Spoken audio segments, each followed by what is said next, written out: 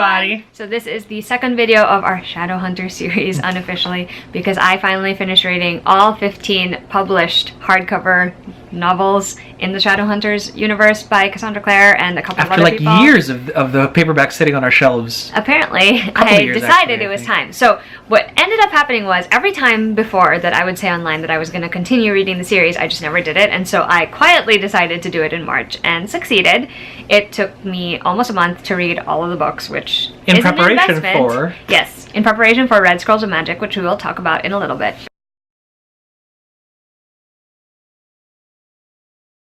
The way this video is going to be broken down is that we're just going to do it by series because that's the simplest and easiest way to do it. So we're going to start with the earliest series, of course, which is the Mortal Instruments, which is City of Bones. I'm going to stack them there. City of Ashes. We're not going to hold this up because there's too many. City of Glass. City of Fallen Angels. Yes, we're going to go straight on through till morning. City of Lost Souls. And City of Heavenly Fire. So here's the thing about the series. I have actually read the first 3 books, I think 3 times in their entirety now. So wrong. It actually isn't, because I remembered the reason why I wanted to continue the trilogy in the first place. The first book has this interesting setup where Clary doesn't know anything. So Absolutely basically, nothing. the entire premise is that Clary Frey has no idea that there is this supernatural, paranormal world that is existing underneath the New York that she knows and loves. And she only discovers this one night when she's out at a club, and then she sees this bunch of kids that nobody else apparently can see. She sees them kill a demon, and then she's like, what the hell is going on? And so her life slowly becomes intertwined with these individuals who apparently are Shadowhunters, or Nephilim, and they are in charge of protecting the world from demon invasion. But it turns out that she is actually more tied to that world than she thought. And that plays out in the entirety of this 6-book series.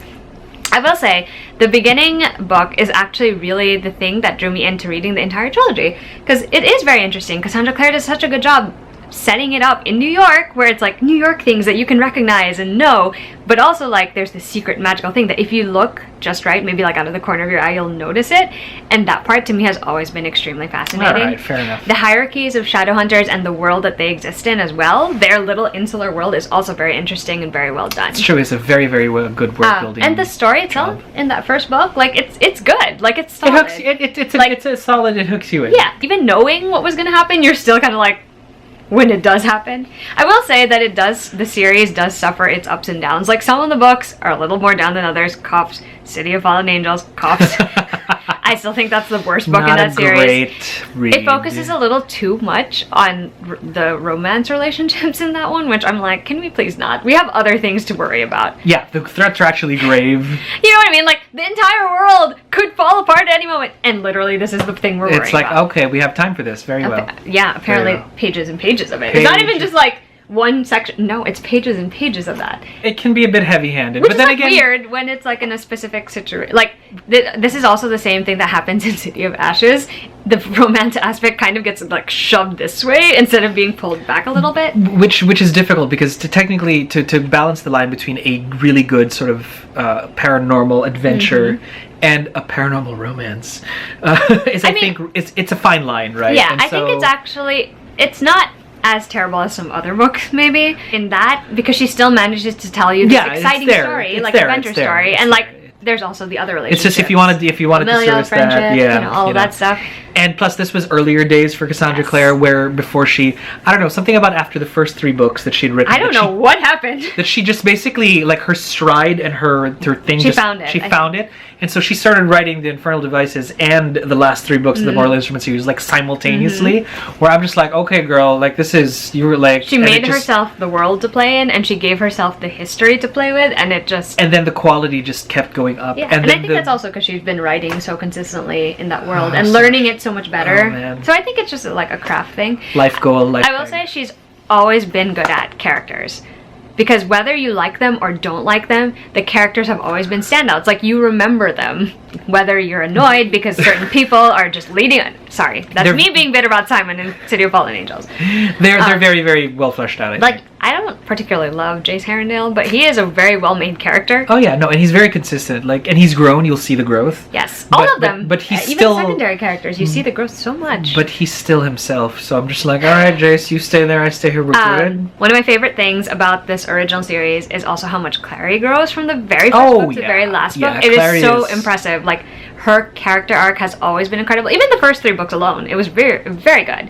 And then in the last 3 books, and I love that every single time it's always Clary who does the thing that saves the moment, which is standard for Cassandra Clare. Which I love. It's always the female that manages to, and that's great because we don't have enough of that narrative. I think to really hammer the point home. My particular favorite books in this series are actually City of Glass and City of Heavenly Fire. I like City of Glass because I think it also pays off in terms of you trying to figure out this conflict. I don't particularly love the whole everyone has, a lot of people I know have this problem with the whole romance part. I don't particularly love that, but I do love the resolution of the whole conflict with Valentine in it because I think it's very well done. Yeah.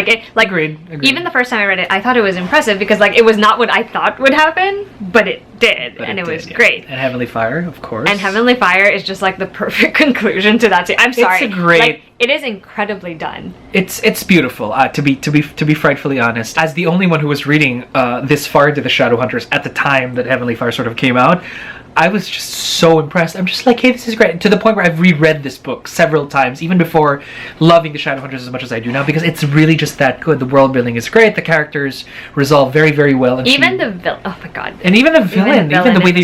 It's so compelling. So yummy because it's so rich. Jonathan Morgenstern is one of the most compelling villains, in a while. Only because, and maybe not the way he was, because he's pretty quote unquote cookie cutter. I am super evil because I'm half demon. But underneath all of that, when you resolve it and he gets stripped away, when all the evil gets stripped away and you have that shadow of who he was, to me, I'm just like, this is haunting and crazy, and it brings it home. It brings it home because this could have been the brother that she always wanted. I will say a couple of things that I still find very funny about the series is, first of all, the traveling apartment thing. Okay. I'm like, okay, in theory, I think it's only because there was so much focus on it. They literally go to Venice and then to Prague and then I was like, really we're I mean, I get it because she needed to infiltrate, but also really. And also I finally reached the condom in hell moment, which I will never forget. Oh boy. And I like Jane, I love you. No, literally the reason why Jane and I became friends. I think me too. I think there was because I have been waiting for that moment for so long because of Jane and Macky, and when I finally got to it, I was literally like, it's condom in hell time. Back when Vines were still around, and I think it's still on her channel, Emma Books actually did what does Jace do or whatever. How Jace prepares or something like that. There was a brief clip that Emma had done where there's we're going to hell now or something. She was dressed as Jace and she's like, what do I do? And then there's a sword on the table and some weapons, looks at them, takes the condoms, and then leaves. And it's still out there somewhere. I may have watched it 3 or 4 times in the last year. But yeah, overall that series was actually more fun for me to read than I thought, especially the last 3, because in the last 3, because they alternate with the Clockwork series, the Infernal Devices series actually, you actually see a lot of pinpointing back and forth. It's in there, and because I read them so close to each other, I was literally screaming every time something I like initials or a vague mention of someone, and I love so it. Plot seeds and Easter eggs. She's really good at she's so good at it. And she's so tasteful about them. Yeah, they never feel forced. They never feel it's too deliberately done. Because she's more showing than telling. She's showing that these moments are happening. She's not explaining them. She's just saying this happened, this happened, this happened. For example, Tale of Two Cities shows up in Lost Souls, I want to say, and guess whose copy it is? And so now we're going to move on and talk about another series. We're going to talk about the Infernal Devices. So Clockwork Angel, Clockwork Prince, and Clockwork Princess. Let me just tell you, this series, though, it is the historical fiction version of the Shadowhunter life. It is the historical paranormal fiction romance favorite of all time for me. Basically, the entire concept is that Tessa Gray comes to London to join her brother, only finds herself kidnapped and involved in this nefarious scheme that a person named Bane has been putting together. Well, slight spoiler there if you haven't read the series, but Anyway, yeah, she ends up involved with the Shadowhunters and the London Institute, and things kind of unfold from there, and she also gets to meet the two boys who are the loves of her life. So, here's the thing.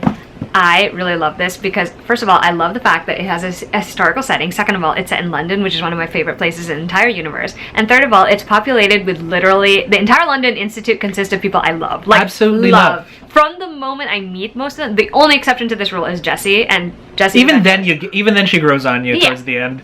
But every single character in that book, loved! Even Bridget with her death songs.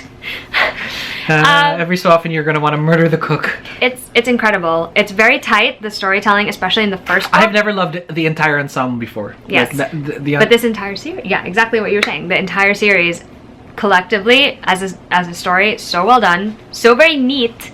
That's true. And it actually, again, with the Easter egg thing, and this time it's in reverse. Like, things that play out in the future, they're also in this book. You just don't realize it. And you had no idea that they had their roots in these events and in these eras, right? Like and so portals, for example. Oh my god. I literally the reveal about portals, the Lightwood family, like, yes. demon warning system. And then you first meet the Blackthorn family. And then, of course, the Blackthorns are here, like, marginally the mentioned. And, of course, the Herondales and the Carstairs.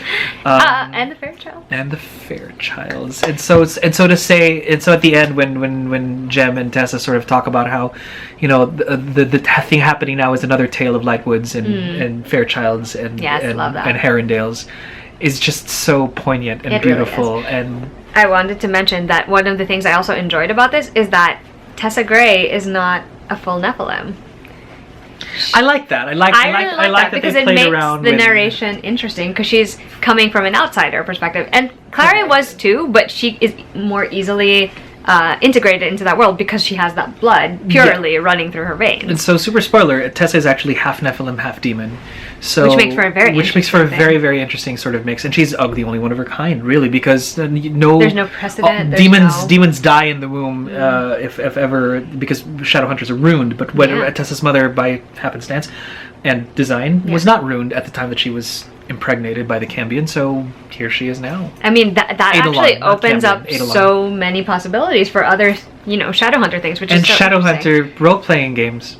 Yeah, but also, let's also talk about the fact that in this one we have the whole clockwork steampunk part of it too. That is also very interesting. That was fun. That was absolutely fun. In the Mortal Instruments, they never really go up against machinery, like things that they can't fight. And this time it's machinery. And it's harder because they're ruined weapons don't really work on it. They're going to have to work on absolutely pure skill. And it's just, you like centuries of fighting against a predictable enemy that now is, you know, definitely harder to kill. One other thing that I want to mention is that because it's in a different time period, the prejudices and the things within the Shadowhunter world, she also did them really well, because you see dated. the roots. Like it's amazingly dated and so very. It feels more like accurate to that historical period. Yeah, it's very well done. Really good. Very well done. Now we are going to talk about Cassandra Clare's latest series. So first we have Lady Midnight, then Lord of Shadows, and then Queen of Eric and Darkness, which actually just came out last December, and this is the Dark Artifices trilogy.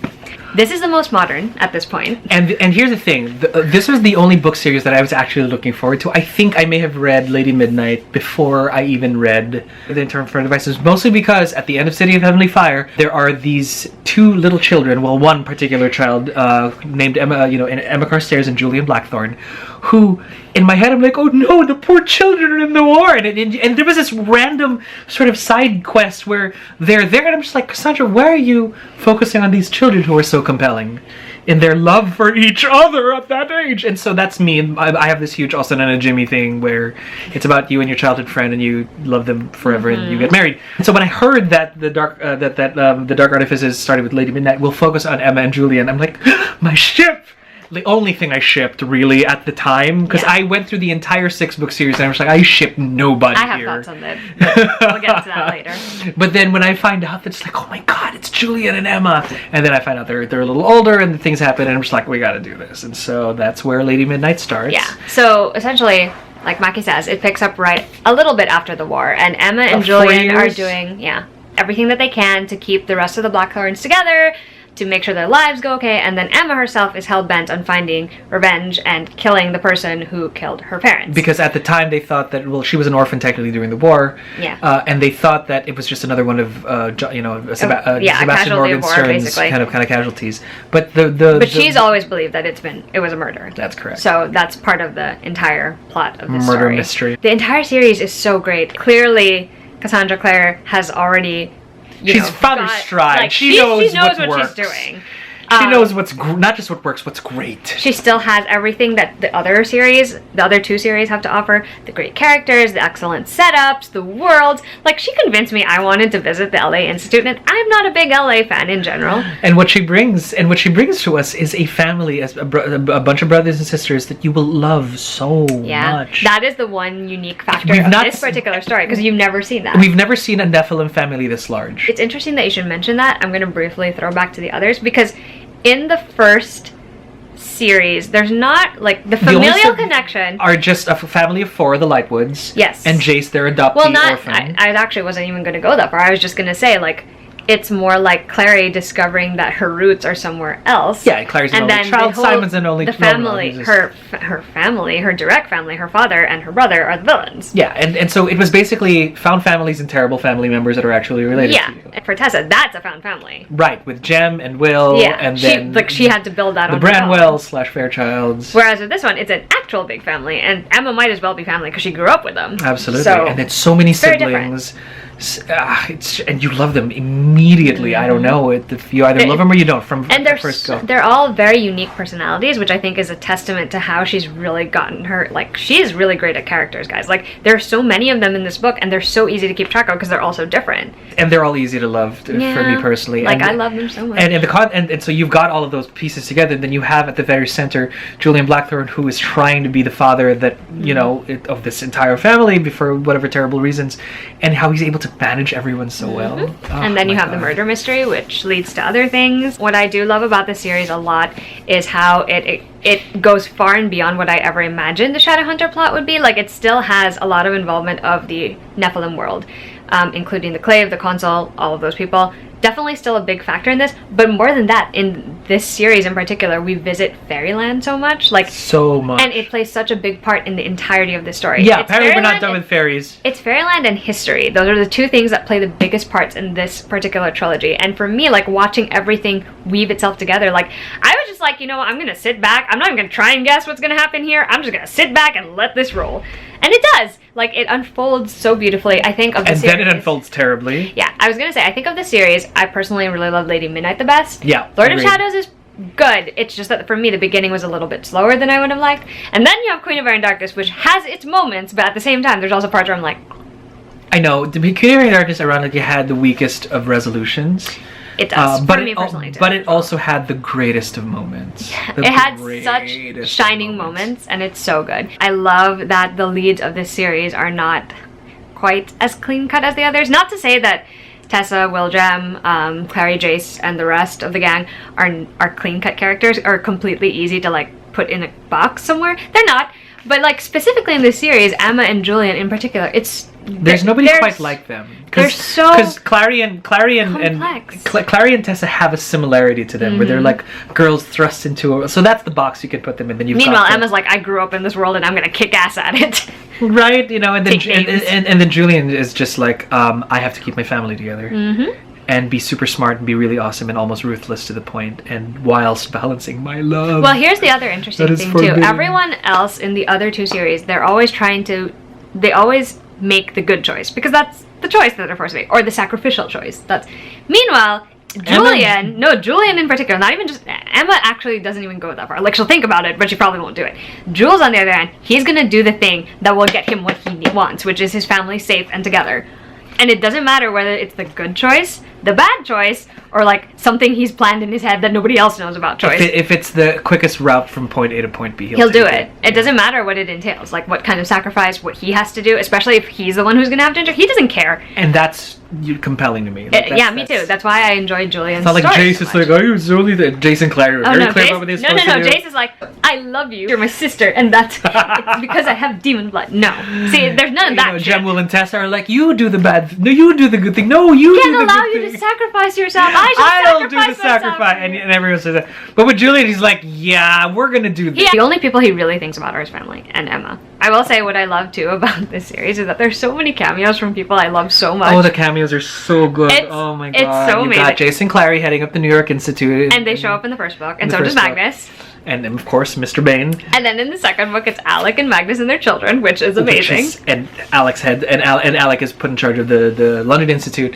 And then in the third book, we've got Simon and Isabel, who are apparently engaged. And also Jem and Tessa sprinkled throughout all of the series. Tessa. So, like, it's so good because everything that you have come to know and love, especially if you love the other series, it also shows up and plays a part in here. I almost wish that they would come up with like a dramatis personae, like just everybody, a compendium of everyone. There is one. There's so many good characters, both villains and non-villains, and it's great. It took me a few days to get to reading Queen of Air and Darkness to convince myself I wanted to go and put myself through that emotional strain. I finished Lord of Shadows and I was like, I can't.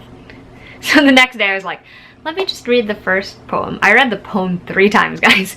I was like, I can't convince myself to read the next chapter because I literally turned to the next chapter, see that it starts right where Lord of Shadows ends, and I'm like, I can't do this. It's so painful. The ending of Lord of Shadows is still painful. Still painful. Okay. Oh, but the ending of Queen of Air and Darkness is not. Oh, that was wonderful. Before we go into the rest of this video, which is going to feature the Bane Chronicles, Tales from the Shadowhunter Academy, and Red Scrolls of Magic, I am going to go out and like give myself the chance to talk about how much I love Magnus Bane and Alec Lightwood.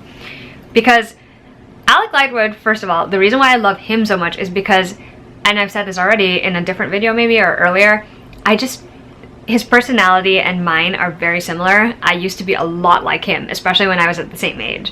And I identified so hard with certain things that he went through and experienced, and I think that endeared him to me. He was not just physically my type or like personality-wise my type, the way he was portrayed. It was really like who he was as a person that really became something I identified with, and that's why I've loved him since the start, even when he was being kind of an ass. And Magnus, like, immediately was just one of those people like I immediately clicked with on the page. I was like, the minute we see him for the first time and he's like hosting the party, and I'm like, this is a person I could get along with. This is a person like I want to be friends with. And like the more you get to know him, the more he shows up. Like every time he's made an appearance, I literally just scream. I'm just like, Magnus! That's me with every single book.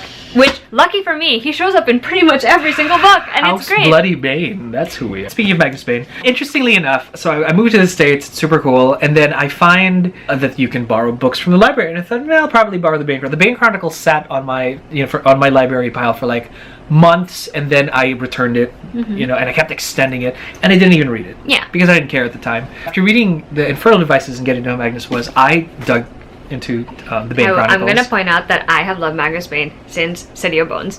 I have also loved Alec Lightwood since City of Bones. Not this much, you didn't. And I'm going to stand by that. No, I really, I genuinely, even the first time I read it, they were my favorites. Oh, no, yeah, no, I agree that Magnus was great. But my love continues to grow, if that's what you're talking about. Oh, no, it's not, it was not this great. And with Magnus, I just thought, all right, cool, he's fun. But now that I understood, who he was, I didn't know that these short stories were not just about him. It was about a bunch of other things too, and how he sort of, it's almost Cassandra Clare's way of getting really cool writers to come in and just have an extension of the world and the history. And if you're a fan of the characters and of the world, this is an absolute recommend because you just want more, and it's canon. And you know me and canon.